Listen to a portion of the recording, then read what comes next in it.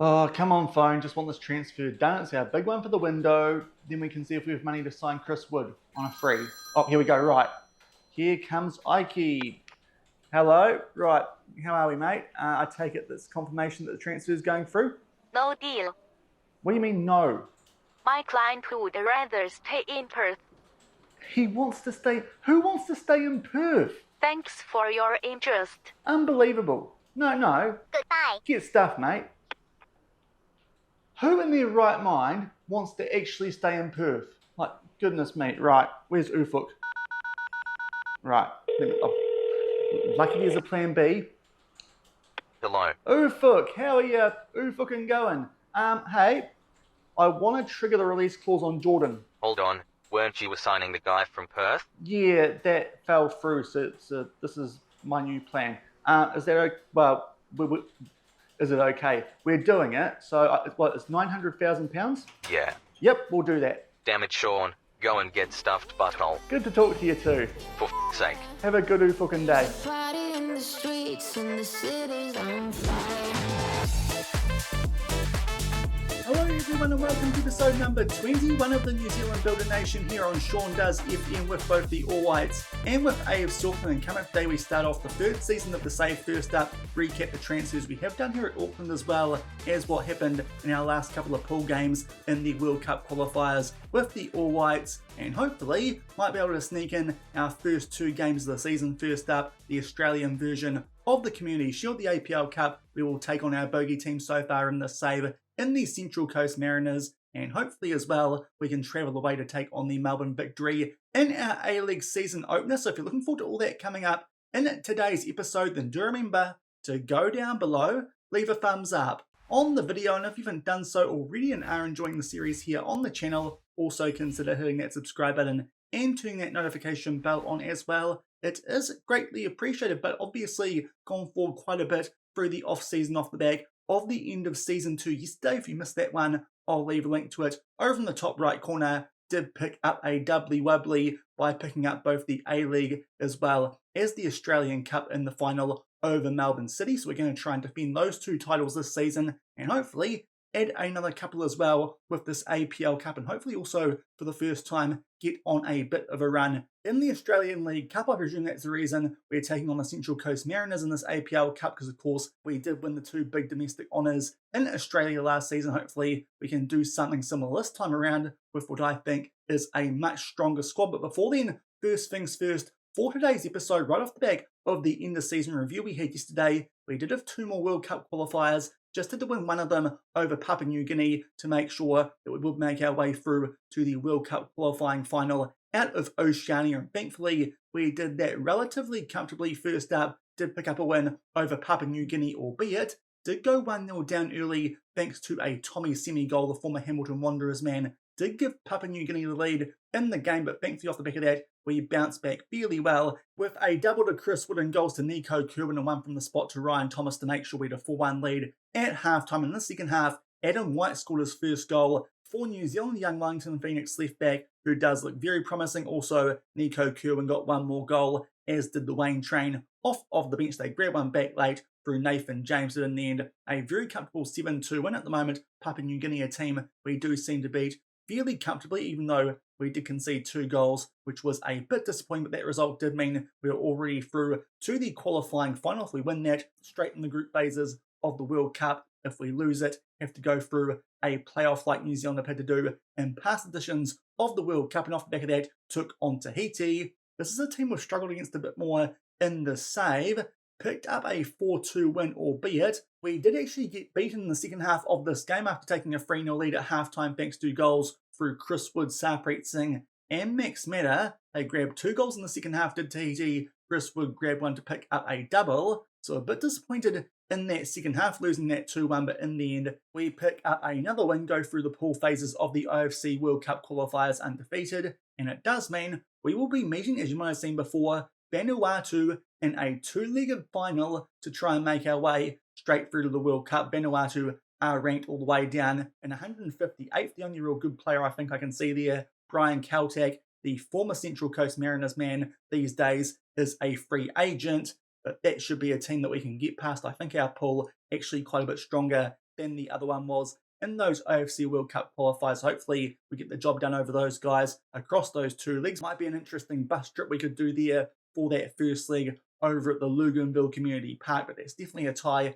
we should be winning to make our way straight through to the World Cup, and that is coming up in early September. So that's what's happened with the All Whites, continuing our good form with those guys, albeit as you'd expect against teams from Oceania. And off the back of that, we did get stuck in to the transfer window with AFC Auckland. Did juggle around a little bit with the transfer budget to make sure we had quite a bit of wage so we could sign some players going in to this new season of the Save, and also a few players that previously we didn't have to register because they were under the age of 19.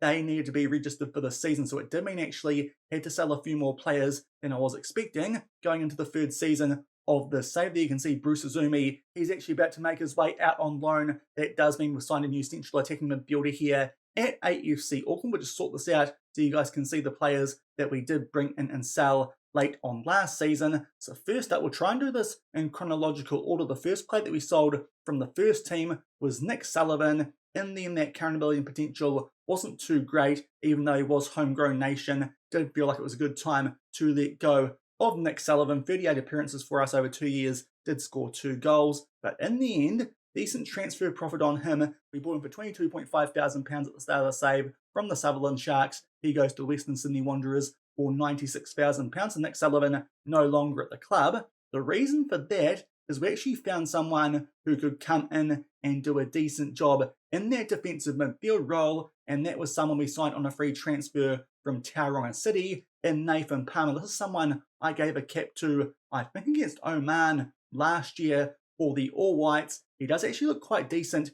as a defensive midfielder, so he can be the backup to Teo Atema for this upcoming season. 2.5-star current ability, 4.5-star potential. Obviously a fairly promising player, since we did give him a cap for the All Whites, but I think I used him in that game at right back.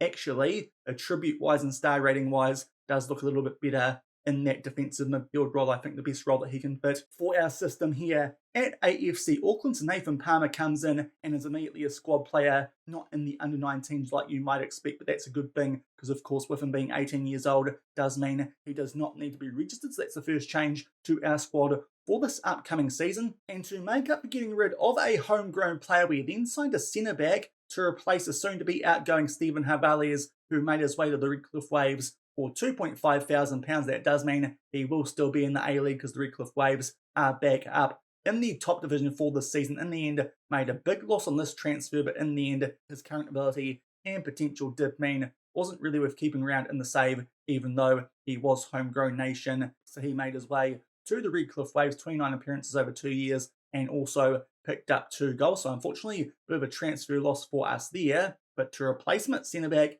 a much more promising option formerly of Sydney FC. This was the guy that we mentioned in the intro for today's episode. To be fair, we've done a few more interesting transfers than this going into this new season, but had to record that ahead of time and hadn't done them yet. But Jordan Courtney Perkins was one of our bigger transfers going into this new season, costing us £900,000 overall, albeit only about £300,000 of that is up front. The rest in instalments. He's a 3.5-star current ability, 4-star potential centre-back out of Australia, can also cover left-back as well. So a little bit of versatility, does look quite promising, and one of the better ones that we could pick up from one of our A-League rivals, who is homegrown nation. He will start at centre-back probably this season alongside Georgios Victoros, and hopefully they can form a good partnership going into the next couple of years of the Save. So he's one of our big signings going to this new season here is Jordan Courtney Perkins. Made 51 appearances for Sydney FC, and before that 40 for the Brisbane Roar, but he does look like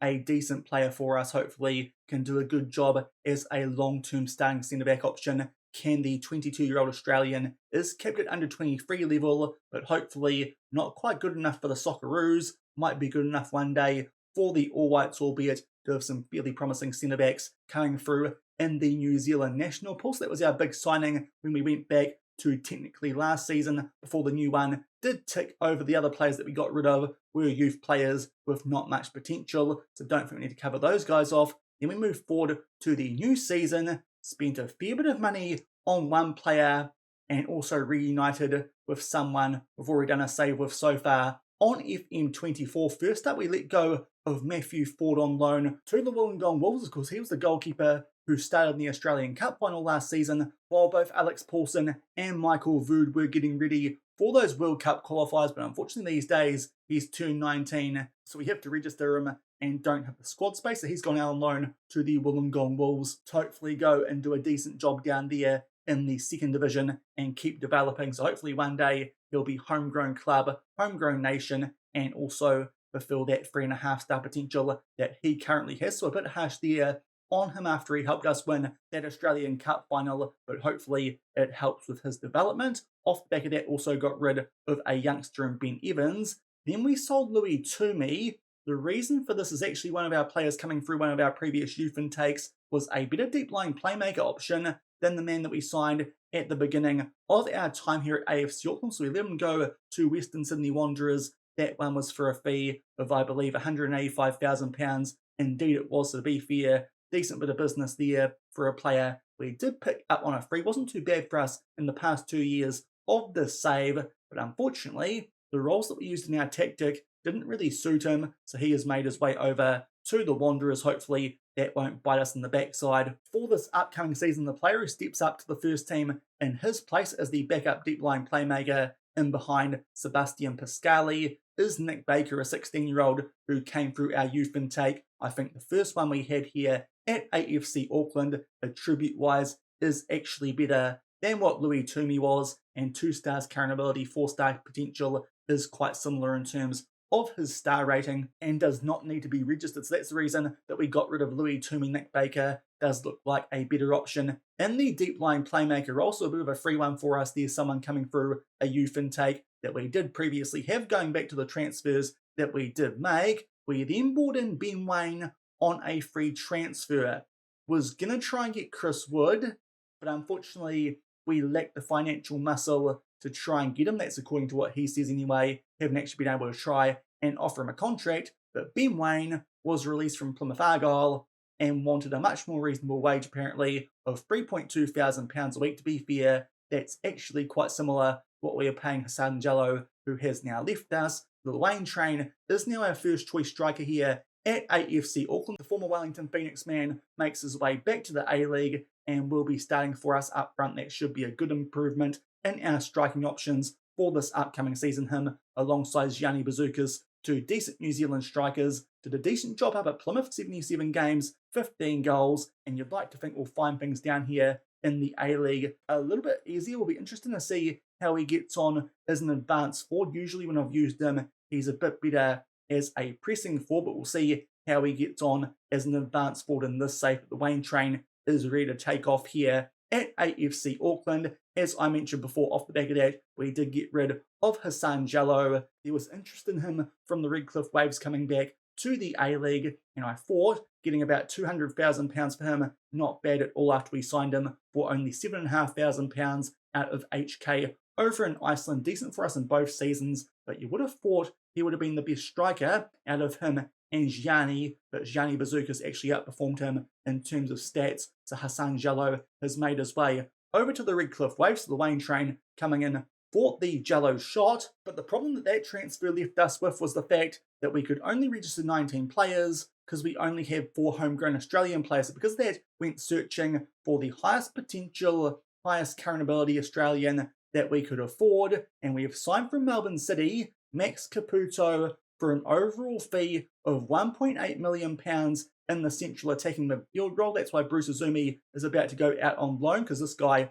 is a lot better. It does mean our captain, Stefan Malk, might be a backup for this upcoming season once Caputo does finish his duty with the Australian under-23s. It does mean he won't be featuring in either game in today's episode, but he looks like a really good get for us. Did cost us a lot of money, as you saw, in £1.8 million, but to be fair, only 300k of that was up front, the rest in 500k yearly installments. Hopefully that won't affect our future transfer budgets too much, but as an advanced playmaker on attack, he looks like a very good player and hopefully might be someone the Socceroos don't call up, but even then, as a homegrown nation option, he was one of the better ones that we could get, and taking him off a apparent title contender in Melbourne City did seem like a good idea. very promising and a good pickup, especially at 19 years old and off the back of a couple of decent seasons in the first team there at Melbourne City. So some big transfers there from Australia in Jordan Courtney-Perkins and Max Caputo, but overall, I do think our squad is actually quite a bit stronger than the one that did pick up the doubly wobbly here last season at AFC Auckland. And what that means going into this new season, preview-wise, we are expected to win the league. We are quite warm favourites, 3/1 odds, followed by Western Sydney Wanderers, Central Coast Mariners, as you'd expect, and Sydney FC. They are the teams who will be taking part in Asian Confederation football this season, but certainly we are the hot favourites for this upcoming season. You can see Alex Paulson, Debango, and Fernandez are in the Dream 11 for some reason. Still, Ronaldo doesn't make his way in there, even though apparently he is the best player in the A-League. Also, worth noting, James Caruso from Melbourne City. He's a player that will make sure they don't miss Max Caputo too much because he looks ridiculous. Unfortunately, didn't want to come here to AFC Auckland. To be fair, wouldn't be able to join us anyway, I think, until he was 18 years old. But to be fair, he looks good enough to be starting already for the Australian national teams. Not too sure how much point it would have been signing him as a striking option instead of the Wayne train. But James Caruso looks a really good player to come through one of these A-League youth intakes, much like Adam White from the Phoenix last season. Might be someone to keep an eye out on when we take Melbourne City on at some stage during this upcoming season. But we're the favourites for this season to try and defend our title here at AFC Auckland. If you're wondering, the Wellington Phoenix, they are down in 7th, and the teams predicted to go down are the 3 ones coming up: the Redcliffe Waves, Sydney United, and Brisbane City. And also Avondale, off the back of a good first season in the A-League, they're expected to struggle a little bit more this time around. And also a couple of interesting managerial changes, as you can see there. Cow Dog going from Brisbane City to the Brisbane Roar. Tony Popovich joining Sydney United after being sacked last season from the Melbourne Victory. And one of the former Redcliffe Waves manager has taken over from Cow Dodd at the newly promoted Brisbane City. And also, before we finish recapping our transfers going into the new season, haven't been able to register one of the players that we signed for the first season of this Sabre New Zealander in Jack Henry Sinclair. Ideally, would have got rid of Stefan Negro, but because of the whole homegrown nation situation with the Australians, kind of need to keep him. So because of that, Jack Henry Sinclair, having just come back from an injury, is on the transfer list. We'll see if we can get rid of him at some stage during the course of today's episode. Don't really want to. He's been quite good for us so far in the save, but these days we've been Tormin, the right wing backup. Obviously, with Negro needing to stay here, he's the right back backup, and coming in as the left wing backup for this upcoming season, it is young Matthew de Hotman de Villiers, who needs to be registered and does have quite a bit of potential. So I do think the guy that we should be getting rid of is Jack Henry Sinclair. We'll see if someone comes in for him, as I said, during the course of today's episode. So that's a recap of the transfer window. As I said, Max Caputo is away for these first couple of games on Australian under-23 due. To be fair, one of the Central Coast players also has that issue for this APL Cup. As I said earlier, this is kind of, it looks like on paper, the Australian version of the Community Shield at Mount Smart. Hopefully we can finally get a win over the Central Coast, seeing as we're supposed to be the favourites going in to this upcoming season. A couple of players are on a heavy workload, so are being rested, but we'll come back shortly and run through team sheets and hopefully start off the season with a trophy. And here are the team sheets for our first crack at the APL Cup. A couple of changes, as I mentioned before, because some players are on a heavy workload. The Wayne trains, one of them, so Bazookas will start up front. Also, Tormin out right. Ronaldo also quite injury prone. And as I mentioned before, no Caputo, so it does mean Stefan Malk will start in that cam role. But apart from that, that's our best 11 going in to this upcoming season. Hopefully, we can start off with a trophy and finally pick up a win over the Mariners. And it hasn't taken long at all here for the first highlight of this game. One of our new signings there, and Courtney Perkins does try and get us to play out from the back, and thankfully at the moment we are keeping hold of the ball. We're interested to see how we get on with some of our new signings here in this game. To be fair, have won all our pre-season games, but most of them against teams who won't offer too much resistance against us for this upcoming season. Tawa Tamar with a long-range effort. That one gets a lot of help from the underside of the crossbar, but Tawa Tamar with a stunner to start the season and give us a nice early 1-0 lead here over the Mariners. Pretty fortunate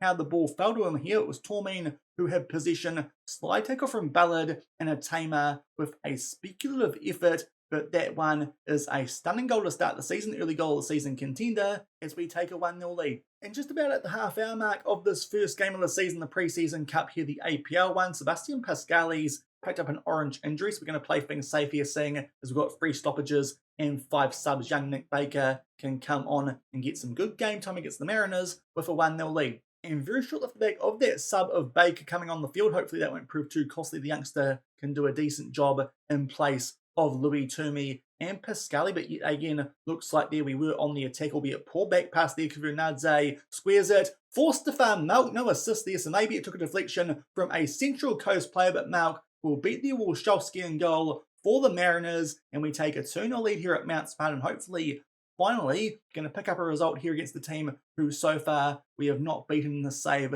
just 1 draw against them in 4 outings, but that very fortunate goal off the back of a miss at the back there from their right back, and we take a 2-0 lead about 10 minutes shy of half time. And that was it for the first half of this APL Cup, and at the moment looks like we're on track to pick up an early season trophy with a 2-0 lead, 2 shots on target. Pretty fortunate with how both those shots did come about, but Taylor Tamer with a screamer, and then Stefan Malk makes the most of a little bit of a balls up at the back there from the Central Coast Mariners. 2-0 up to be for Central Coast. Done nothing so far in this game. It's been pretty quiet, but we'll take that against the team who've given us a few headaches in the past. No changes needed as we get the second half underway with that 2-goal lead. And coming up to the hour mark, no highlights so far in the second half. So far in the game, just those 2 highlights for 2 goals, but a couple of players on fair ratings. Jack Henry Sinclair isn't registered for the A-League, but can play in this game, so we'll bring him on at right back, try and get some interest for him coming back from an injury. And also, Gianni Bazookas out there on a 6.6. Now, the Wayne train we could bring on, but quite injury prone. So what we might do instead is bring on Hotman de Villiers, who can play up front. Hopefully, he'll do a decent job and help us hold on to this 2-0 lead. And very short off the back of those previous substitutions, now we're going to be forced, I think, into bringing on the Wayne train for his AFC Auckland debut, because Georgie has picked up an orange injury, so that means Hotman de Villiers can go out left and the Wayne train up front. Can make one more sub, but to be fair, rating-wise, don't think we need to, so we'll just make that our final substitution with still that 2-0 lead. Yeah. And what an idiot I am. With 15 minutes left in this game, Gweveen Tormin has picked up a red injury, and we've used up all our substitution stoppages, even though we still have 1 substitution left. So it does mean we're going to be playing the last couple of minutes of this game with only 10 men. Now, Ben Wayne can play right wing, so we might put him there and maybe try Stefan Malk as a shadow striker, go strikerless with this 2-0 lead. But hopefully that injury is not too serious, but at the moment looking good for the APL Cup. And we're into the last couple of minutes of this game. The second half's been up to nothing at all, just all those substitutions that we made. Also, a couple of injury concerns. We might be coming out of this one with hopefully nothing too serious, but we start the season with a trophy lift. We pick up the Australian version of the Community Shield, and probably more importantly, finally pick up a win over the Central Coast Mariners, 2-0 there at Mount Smart. Hopefully that puts everyone on notice for the fact that we should be quite hard to beat in all the Australian competitions this upcoming season. But there is a trophy lift. We'll just go forward off the back of this and see how bad those potential injuries are. In particular, that 1-2 Tormin, albeit these days Ronaldo is a starter over him. Tormin being outranked these days by Kavunadze, but a good start to the season. We start with a trophy. We lift our first APL Cup off the back of a 2-0 win over the Central Coast Mariners. So we finally get one over the Central Coast Mariners, pick up our first trophy of the season in the first game, but more importantly, going to check here on some injuries that we did pick up 3 of them, which we took players off for, a couple of orange ones, as well as a red one. Mark Jackson, we finally beat him, but first up, Kavunadze, that one does mean he's potentially going to be missing for that first game of the season at the Melbourne Victory, a twisted knee, out for 6 to 9 days, but thankfully the other 2 actually not that bad. Pascali, tight groin, he'll be fine for that first game of the A-League season. And also Gweveen Tormin, despite the fact he went off with a red injury, only a bruised knee, and actually the least serious of those injuries that we did pick up. So thankfully won't be too bad off for that season opener against the Melbourne Victory. Also actually picked up more money for that win than we did for winning the final of the Australian Cup. So thankfully did pick up a win in that game. But first up in the A-League, we take on the Victory, a team that we did lose to both times in the A-League last season, albeit the second time, bit of a big asterisk on that one, as we did put out a youth team. But these guys under Graham Arnold, the Socceroos manager in real life, to have quite a good team likes of Daniel Azani, and in terms of season preview, they were expected to finish in 5th. Certainly a team we need to respect away from home, but considering those odds on us winning the title this season, hopefully it's a game that we can win, and we'll come back shortly and hopefully beat the Victory to start the A-League season.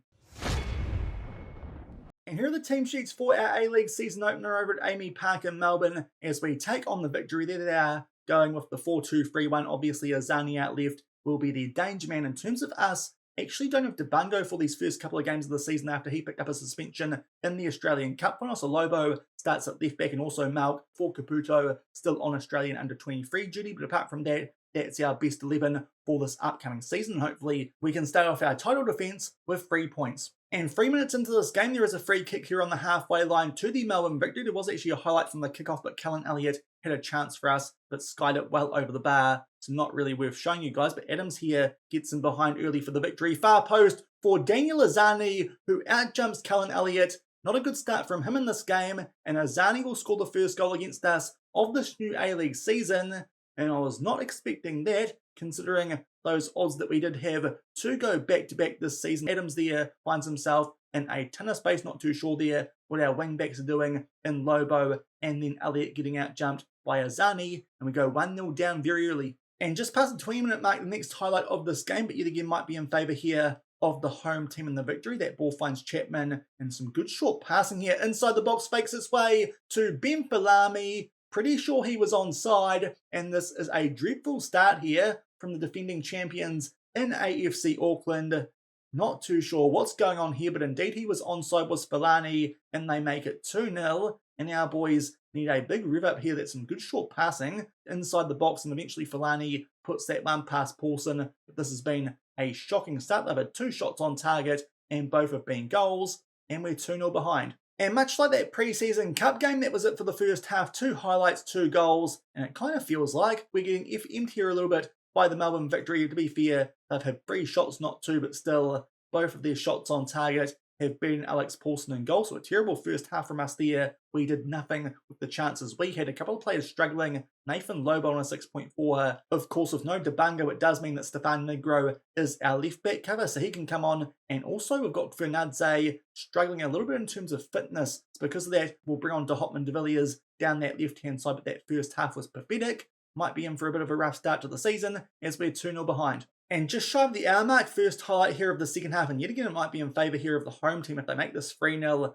that would be a dreadful start. They try and fizz that one into the mix of Courtney Perkins, clears it, and good work there from Ronaldo, despite the fact he's on a yellow card, to win that one back for us. We'll beat the Wayne train a bit loose on the ball there, but thankfully Stefan Malk can tidy things up from the clearance, and Ronaldo starts to make his way forward yet again so far. Struggling on a 6.4, and also on a yellow card. Pascali finds some space, takes on a shot, but that one goes just wide, and we are still 2-0 behind. Not too sure why we're taking shots from that far out so far in this game, but now we're going to take off some attacking players who are struggling. Ronaldo on that yellow card, bit of a concern, so Gavin Tormin can come on for him, and also the Wayne train really struggling on debut. Maybe pressing forward might suit him more. Gianni Bazookas to come on for him, as we're still 2-0 behind, and we might even go attacking. And up to the 69-minute mark, and hopefully this is a time for us here to try and get on the attack really for the first time in this game. Hopefully we can do something decent. The Hopman de Villiers off the bench is on the ball. Negro there goes down inside the box, and it falls to Stefan Malk very kindly,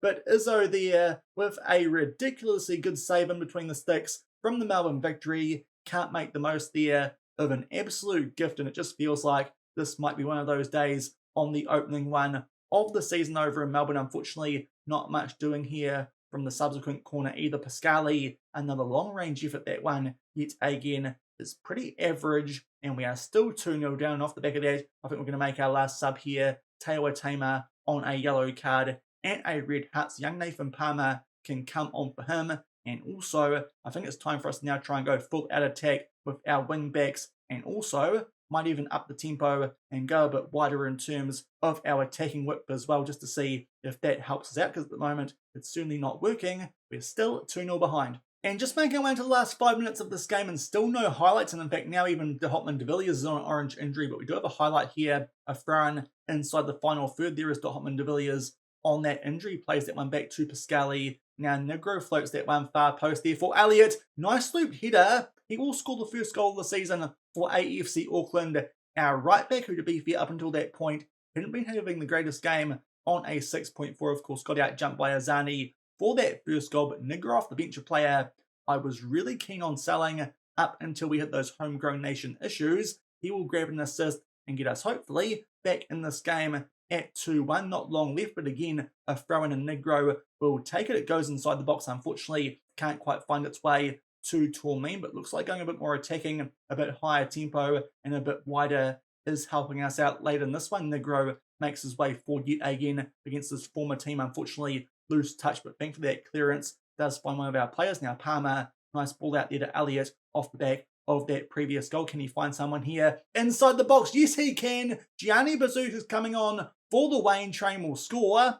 Waiting here to see if de Hopman de Villiers was offside. Not too sure where he would have been, because it didn't look like he had any impact on that goal, and thankfully the referees agree, and a quick fire double very late in this one once we go attacking gets us from being 2-0 down to locked up at 2-2, and lots of momentum late in this game. There was de Hopman de Villiers, thankfully apparently did not impede with the goalkeeper. Can we grab a goal in 6 minutes of added time? All the momentum is on our side, but unfortunately doesn't look like it is going to be the case. Melbourne Victory did nothing in that second half, no addition to their stats, so it does feel like they FM'd us there just a little bit, but thankfully we did get something out of that game thanks to those very late goals through Cullen Elliott and also through Gianni Bazooka. Some good bench impact there from some of our players, some of the new signings who did struggle just a little bit, I think it's fair to say. In particular, the Wayne train, we'll see how he gets on as that advanced forward instead of the pressing forward we did use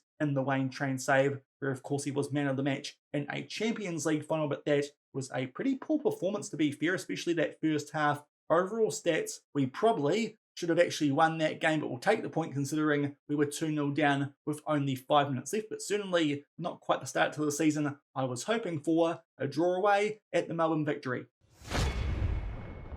And back in the inbox off back of that first game of our A-League season, certainly not as good as we were in that Central Coast Mariners game. Defensively, still quite solid to be fair, but unfortunately conceded both shots that the Melbourne Victory did have on target. But thankfully, once we went more attacking late on, grabbed some late goals to make sure we got something out of that game. Apparently Arnold has a birthday to forget. I think they'd still be quite happy with a point against the defending champions and the raging hot favourites for this upcoming season. Hopman de Villiers picked up an injury in that game, thankfully not too serious, much like Tormean in that previous one. Cullen Elliott, thankfully, helps us get something out of that game. Good to see he will still do a job for us at right back for this upcoming season, still with Negro as his backup. But I think that will pretty much do it for today's episode. I tried to pack quite a bit into that one with 2 games as well as the transfer recap, but I do think our squad on paper is stronger going to this upcoming season, especially with some better options for those Australian homegrown nation players, but we'll see how we get on. That first game against the Victory certainly could have gone a lot better. And also, before we wrap things up today,